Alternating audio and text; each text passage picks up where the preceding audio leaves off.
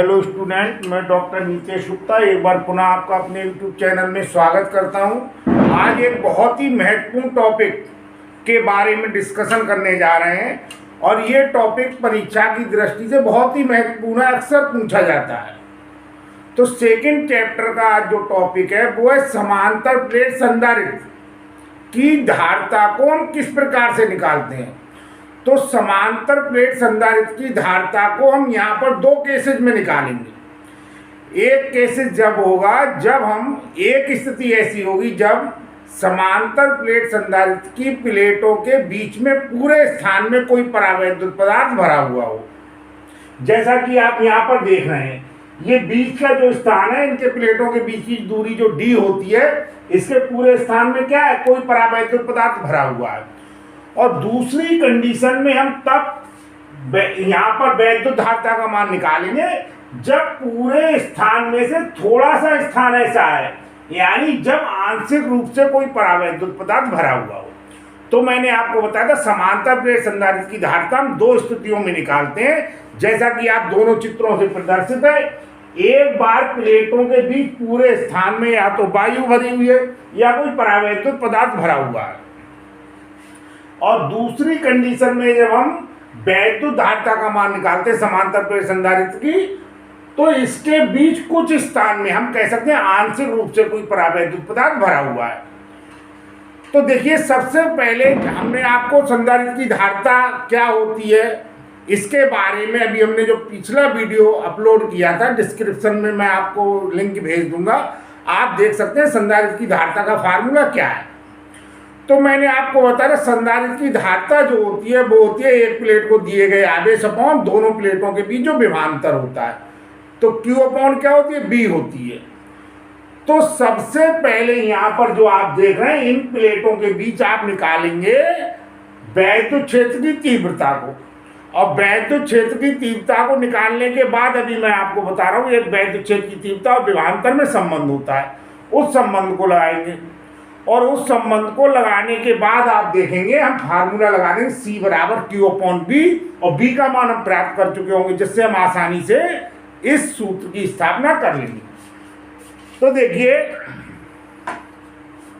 आप जानते हैं जैसा कि समांतर प्लेट संधारित्र की धारिता हम निकाल रहे हैं, और पहला केस है प्लेटों के बीच पूरे स्थान में परावैद्युत पदार्थ भरा हो। तो चूंकि ये समांतर प्लेट संधारित्र है, तो इसमें जो हम दो प्लेट्स लेते हैं, चालक प्लेट लेते हैं, वो क्या होते हैं, समांतर होती हैं, समतल होती हैं, और एक दूसरे से कुछ दूरी पर रखी हुई होती हैं, जिसे हम क्या मान लें, डी मान लें। अब आप देखिए, पहली प्लेट हम जिसे एक्स मान रहे हैं, एक्स प्लेट को हम अपनी तरफ से क्या कहते हैं, धन आवेश दे रहे हैं, और धन आवेश को देने पर यह घटना होती है प्रेरण की, जिसे हम इंडक्शन कहते हैं। प्रेरण के द्वारा बाई प्लेट का जो अंदर वाला सिरा है उस पर क्या आ जाएगा, नेगेटिव आवेश आ जाएगा, और भार वाले सिरे पर पॉजिटिव आवेश हो जाएगा। भार वाले सिरे को हम पृथ्वी से कनेक्ट कर देते हैं, तो पृथ्वी से आने वाले जो इलेक्ट्रॉन है, ये भार का जो धन आवेश है उसे क्या कर देते हैं, निरावेशित कर देते हैं। इस प्रकार से दोनों प्लेटों पर बराबर और विपरीत आवेश प्राप्त हो जाता है। अब आप देखिए, मैं इसका डेरिवेशन करना शुरू कर रहा हूं। देखिए, माना कैपिटल एक्स तथा वाई प्लेटों पर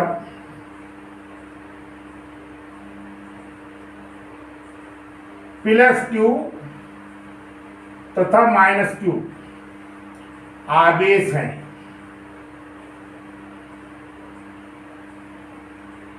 प्रत्येक प्लेट का क्षेत्रफल कैपिटल A है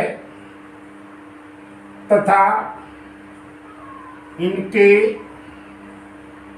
बीच की दूरी स्मॉल d है। ठीक है, नहीं, हमने दो प्लेटें ले ली, एक्स वाई प्लेटें समांतर हैं, क्योंकि समांतर प्लेट संधारित्र है। एक को हमने प्लस Q आवेश दिया प्रेरण के कारण दूसरी प्लेट के अंदर वाले सिरे पर हमने आपको बताया इसके बराबर और विपरीत ऋण आवेश आ गया, भार वाला प्लस आवेश, हमने पृथ्वी से जब इसे कनेक्ट कर दिया तो वो क्या हो गया, डिस्चार्ज हो गया, निरावेशित हो गया। तो हमने ये माना एक्स तथा वाई प्लेटों पर प्लस क्यू तथा माइनस क्यू आवेश है और प्रत्येक प्लेट का क्षेत्रफल कितना, कैपिटल ए है, तथा इनके बीच की दूरी क्या है, स्मॉल डी है। आप ध्यान से देखिए, मेरे साथ जुड़े रहिए वीडियो के अंत तक, 100% आपको ये समझ में आ जाएगा बिल्कुल। और लास्ट में आप ध्यान रखिएगा, स्क्रीन शॉट लेकर इसके आप नोट्स भी बना सकते हैं। तो अब आप इसके आगे देखिए, माना प्लेट पर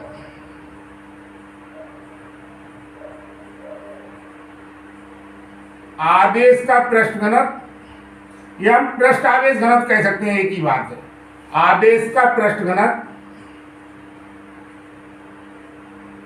पिछले चैप्टर में मैंने आपको पृष्ठ घनत्व के बारे में बताया है, उसे आप देख सकते हैं, वीडियो के द्वारा आप समझ सकते हैं, प्ले लिस्ट में सभी वीडियोज वगैरह उसमें डाले गए।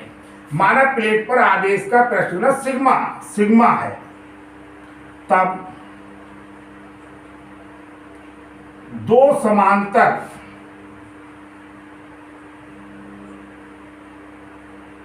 प्लेटों के बीच वैद्युत क्षेत्र की तीव्रता, वैद्युत क्षेत्र की तीव्रता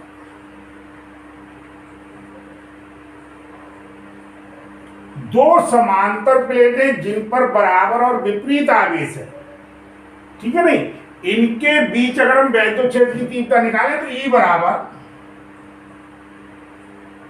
सिग्मा अपॉन के एप्सिलॉन 0 क्या होता है, ए होता है। अब अगर हम बात करें के की, जहां कैपिटल के प्लेटों के बीच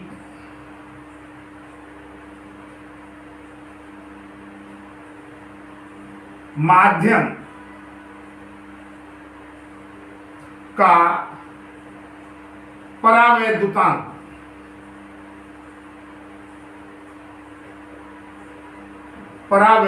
है,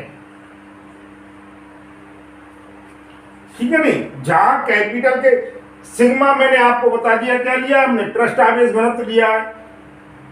एप्सिलॉन 0 आप जानते हैं निर्वात की क्या होती है, वैद्युतशीलता होती है, कि हमने रिप्रेजेंट कर दिया, प्लेटों के बीच जो माध्यम लिया उसका क्या है, परावैद्युतांक है। देखिए पुनः जो पृष्ठ आवेश घनत्व सिग्मा होता है, सिग्मा बराबर मैंने बताया क्या होता है, क्यू अपॉन ए। बताने की ज्यादा जरूरत नहीं है, ये हमने प्लेट का क्या लिया, क्षेत्रफल लिया, और क्यू क्या लिया, आवेश। तब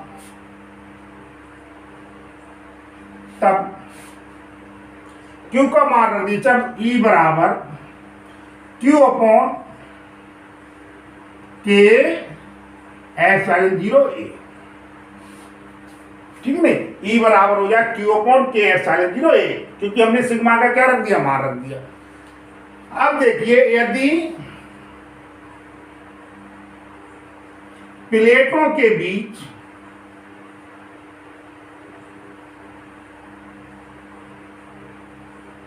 विभवांतर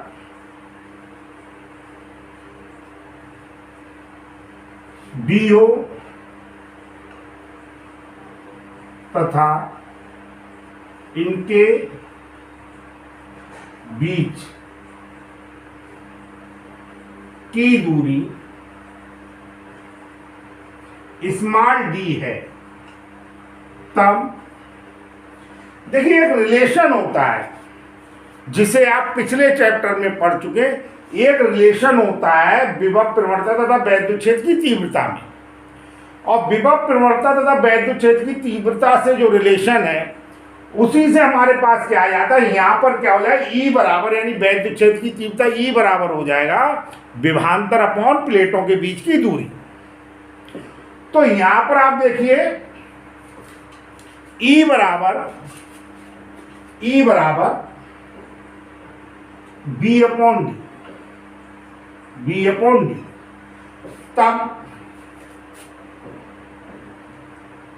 आगे देखें, अब यहां से अगर हम b की वैल्यू निकालें बेटा, b बराबर क्या हो जाए, b बराबर हो जाए e इंटू डी, b बराबर e इंटू डी। ठीक है नहीं, मैं यहाँ पर लाइन खींच दे रहा हूं, सेपरेट कर दे रहा हूं, जिससे आपको किसी भी प्रकार की दिक्कत ना हो। ये पोर्शन इधर आ गया और ये पोर्शन यहां। अब आप देखिए b बराबर e का मान चूंकि हम कैलकुलेट कर चुके हैं, कितना आया है, q अपॉन के एप्सिलॉन 0 a इंटू क्या हो जाएगा d। ठीक है ना, किसी भी प्रकार की अगर कोई प्रॉब्लम है तो आप मेरे व्हाट्सएप नंबर पर मैसेज कर सकते हैं, मैं प्रयास करूंगा आपकी समस्या को सॉल्व कर दूं। वैसे यहां तक जो कर दिया है, फिर से एक बार मैं रिपीट कर रहा हूं, मैंने आपको बताया दो प्लेट हैं जिन पर आवेश प्लस क्यू और माइनस क्यू है, किस कारण से है वो पहले मैं डिटेल में आपको बता चुका हूं। प्रत्येक प्लेट का क्षेत्रफल हमने ए मान लिया, उनके बीच की दूरी क्या मान ली, डी। अगर हम आवेश का पृष्ठ घनत्व प्रत्येक प्लेट पर सिग्मा मान लें तो दो समांतर और समतल प्लेटें जिन पर विपरीत आवेश है, ठीक है, कुछ चीजें हम गैप कर देते हैं, थोड़ा शॉर्ट कर देते हैं। जैसे यहाँ पर लीजिए समांतर प्लेटों के बीच वैद्युत क्षेत्र की तीव्रता, तो हमें दिखाई पड़ रहा है जो समांतर प्लेटें हैं वो कैसी हैं, बराबर और विपरीत आवेश वाली हैं। तो E बराबर यहाँ पर होता है सिग्मा अपॉन के एप्सिलॉन 0 ए, सॉरी सिग्मा अपॉन के एप्सिलॉन 0 ए नहीं है यहाँ पर, जहां पर कैपिटल के प्लेटों के बीच माध्यम का परावैद्युतांक है। अब आप देखिए एक क्या होता है, इससे हम आवेश का पृष्ठ घनत्व भी कह सकते हैं, या इसे हम क्या कहते हैं, हम इसे पृष्ठावेश घनत्व भी कह सकते हैं। इसके बारे में एक टॉपिक है फर्स्ट चैप्टर का जिसे हम सतत आवेश वितरण कहते हैं। उसमें मैंने आपको तीन प्रकार से बताया है कि आवेश घनत्व तीन प्रकार का कैसे कैसे होता है, एक रेखीय होता है, एक पृष्ठ होता है, एक कैसा होता है, आयतन होता है।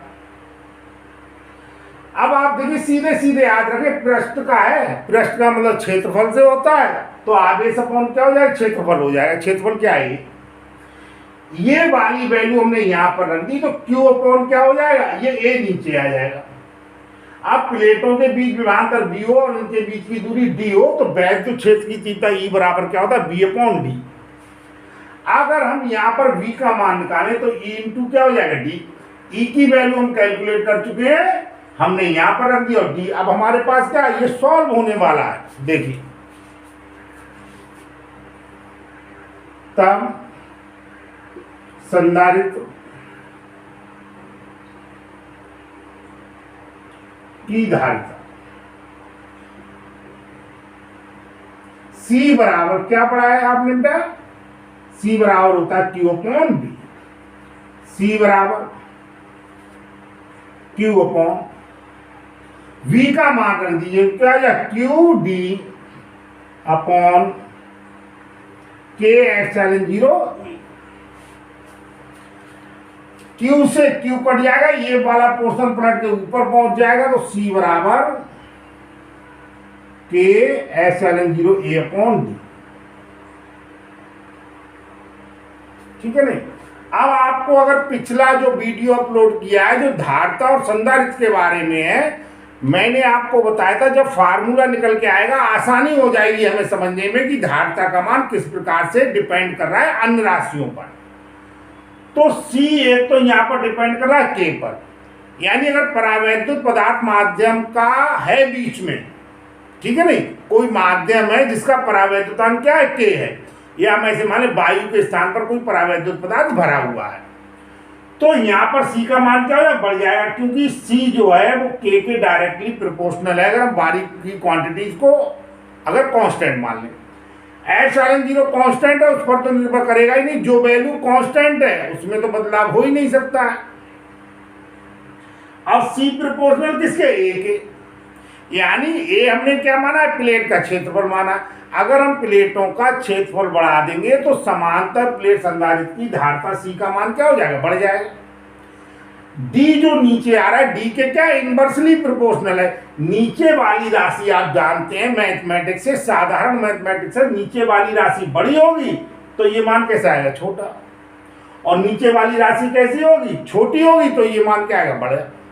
इसका मतलब अगर प्लेटों के बीच की दूरी को हम कम कर देंगे तब तो धारिता का मान क्या हो जाएगा, बढ़ जाएगा। और प्लेटों के बीच की दूरी को हम बढ़ा देंगे तो धारिता का मान क्या हो जाएगा, कम हो जाएगा। इसे आप इक्वेशन नंबर 1 मान लो। अभी यदि ये जो प्लेटें हैं, यदि प्लेटों के बीच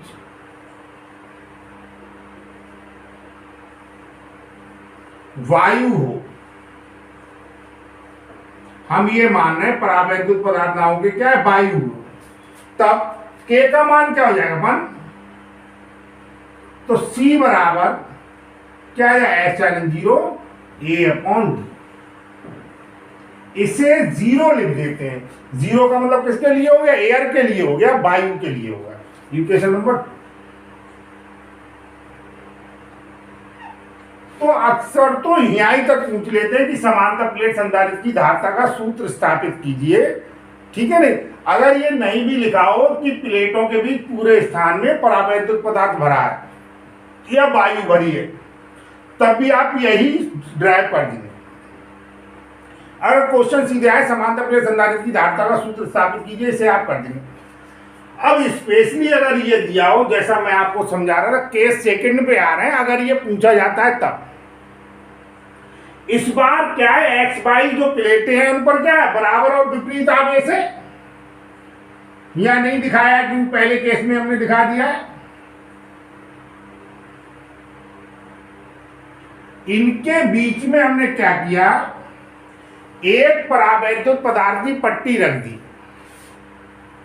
जिसकी थिकनेस या मोटाई क्या है, स्मॉल टी है, स्मॉल टी है, ठीक है। और परावैद्युत पदार्थ की जो पट्टी रखी है उसका परावैद्युतांक कितना है, K है। अब आप विशेष बात यहां पर ध्यान दीजिए, ध्यान से सुनिए।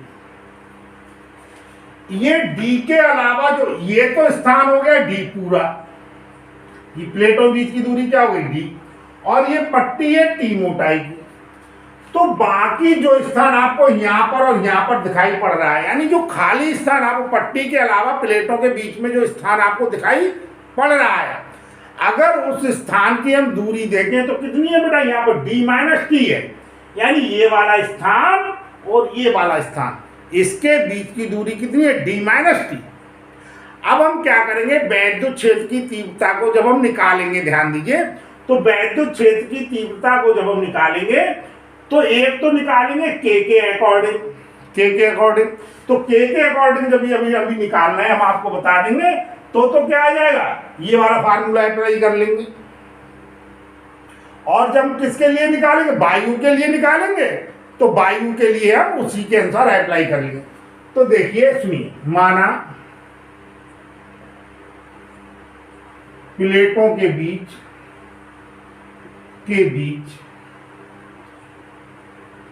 स्मॉल टी मोटाई की एक पट्टी रखी है जिसके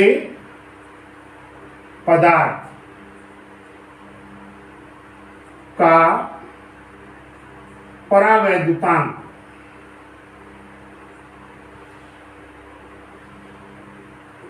कैपिटल K है, कैपिटल K है। लिखिए पट्टी के अतिरिक्त, के अलावा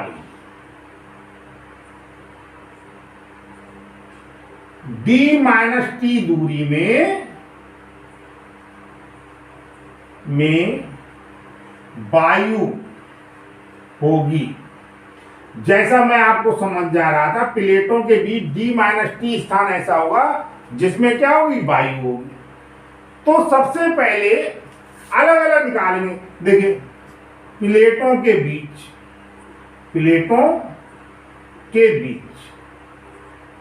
वायु में वैद्युत क्षेत्र की तीव्रता, इसे हम E1 मान लें। क्या मान लें, E1। क्या मान लें, E1। प्लेटों के बीच वायु में वैद्युत क्षेत्र की तीव्रता जब हम निकालेंगे तो किसकी बात कर रहे हैं हम? वायु की बात कर रहे हैं। और जब वायु में हम निकालेंगे तो ये कितना आ जाएगा? आप यहां पर आ जाइए, आप ऐसे मान लें यहां पर अभी आ जाइए, कहीं जब यहां पर मान ले चाहे यहां पर मान ले, जब वायु में हम निकालेंगे के का मान कितना हो जाएगा? 1।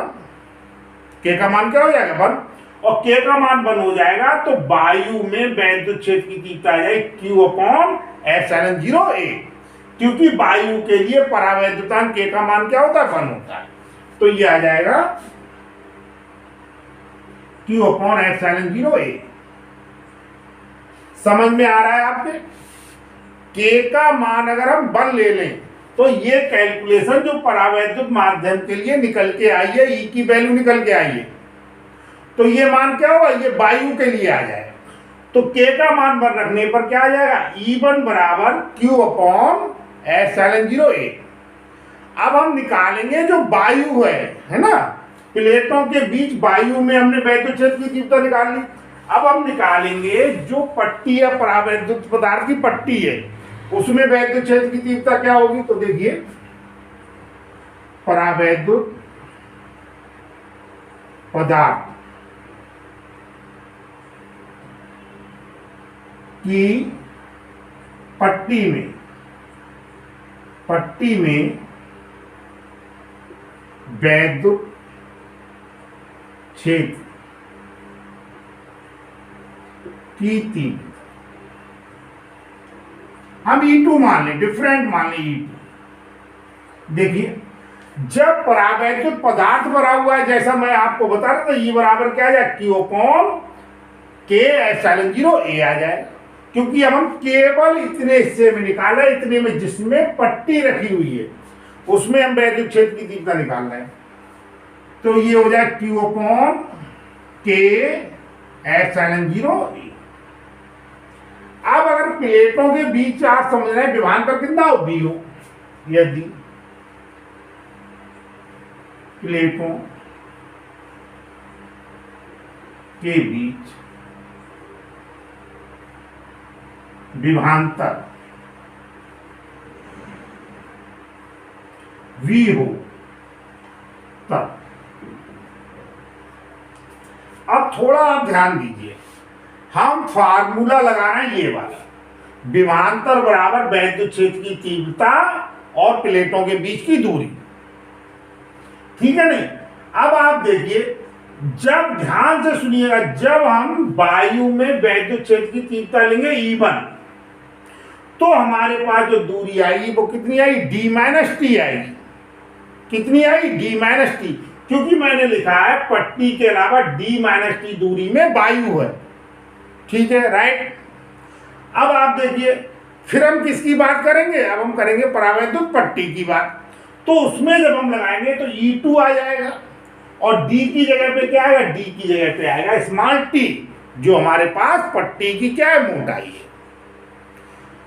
तो अगर प्लेटों के बीच विभवांतर B है तो B का मान निकालने के लिए हम E1 इंटू D-T, जो दूरी है, plus E2 into small t लगाएंगे। फिर से आप सुन लें, ये हमने विभवांतर और वैद्युत क्षेत्र की तीव्रता का संबंध है। एक बार फिर ध्यान दीजिए आप, अगर प्लेटों के बीच विभवांतर B है तब सबसे पहले हम वायु की बात कर रहे हैं, वो स्थान जिसमें वायु है। यहां पर वायु के लिए वैद्युत क्षेत्र की तीव्रता E1 है। अब हम बात करें दूरी, कितनी दूरी में वायु है, तो मैंने बताया ये जो आपको ये वाला स्थान और ये वाला स्थान, ये T के अलावा स्थान है। तो अगर हम D वैल्यू में से T के मान को क्या करते हैं? घटा दें, तो D-T ऐसा स्थान आएगा जिसमें क्या है? वायु। आप समझ रहे हैं, ये वाला जो स्थान है, ये वाला स्थान, इस सभी में क्या है? वायु है। प्लस अब हम किसकी बात कर रहे हैं? परावैद्युत पदार्थ की। तो ये हो जाएगा प्लस E2, और परावैद्युत पदार्थ जो है वो कितनी दूरी में? स्मॉल t दूरी में। तो V बराबर E1 और D-T वायु के लिए, प्लस E2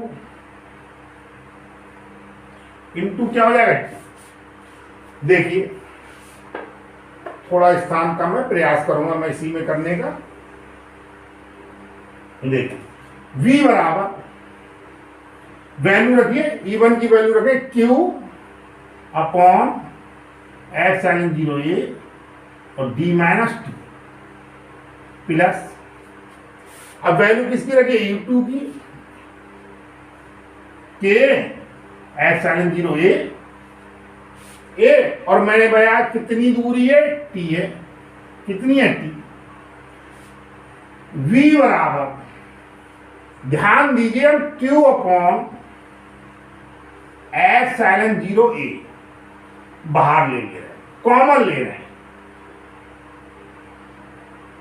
यहां से रह गया D माइनस टी, और यहां से आप देखिए Q अपॉन एप्सिलॉन 0A हमने कॉमन ले लिया, तो T अपॉन क्या हो गया K, कितना हो गया T अपॉन K।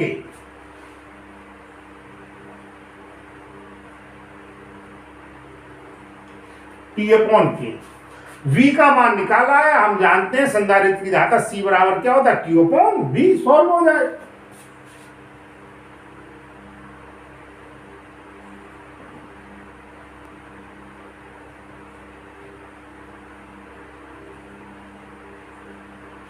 संधारित्र की धाता C बराबर Q upon V, Q upon V का मान रख दीजिए क्या होगा Q एप्सिलॉन 0A और D minus T plus T upon K। Q से Q कैंसिल हो जाएगा, एप्सिलॉन 0A पहुंच जाएगा ऊपर,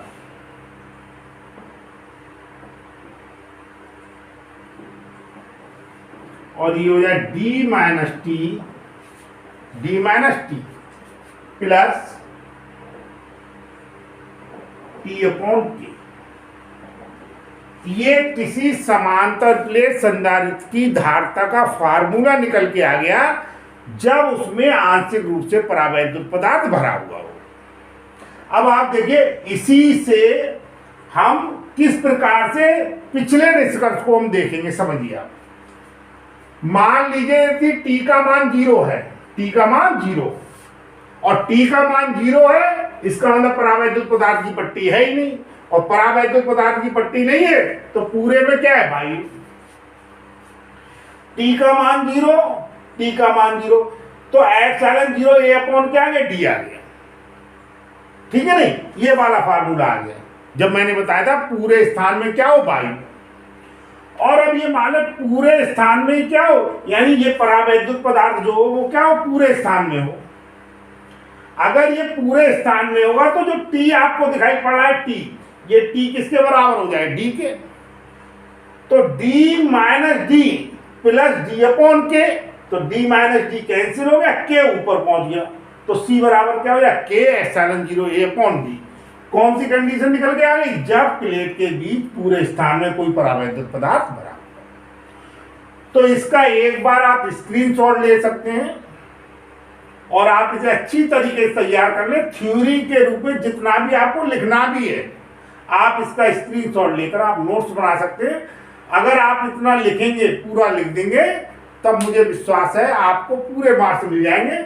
जैसा मैंने आपको बताया, अगर केवल ये आए कि समांतर प्लेट संधारित्र की धारिता का सूत्र निगमन कीजिए, कुछ भी नहीं लिखा है उसमें परावैद्युत पदार्थ पूरे में भरा है या नहीं भरा है, आप यहां तक ड्राइव कर देंगे यहां तक। और अगर ये लिखा है समांतर प्लेट संधारित्र की धारिता का सूत्र ज्ञात कीजिए या निगमन कीजिए जब उसके अंदर आंशिक रूप से परावैद्युत पदार्थ भरा हुआ है, तो आप ये ड्राइव कर देंगे।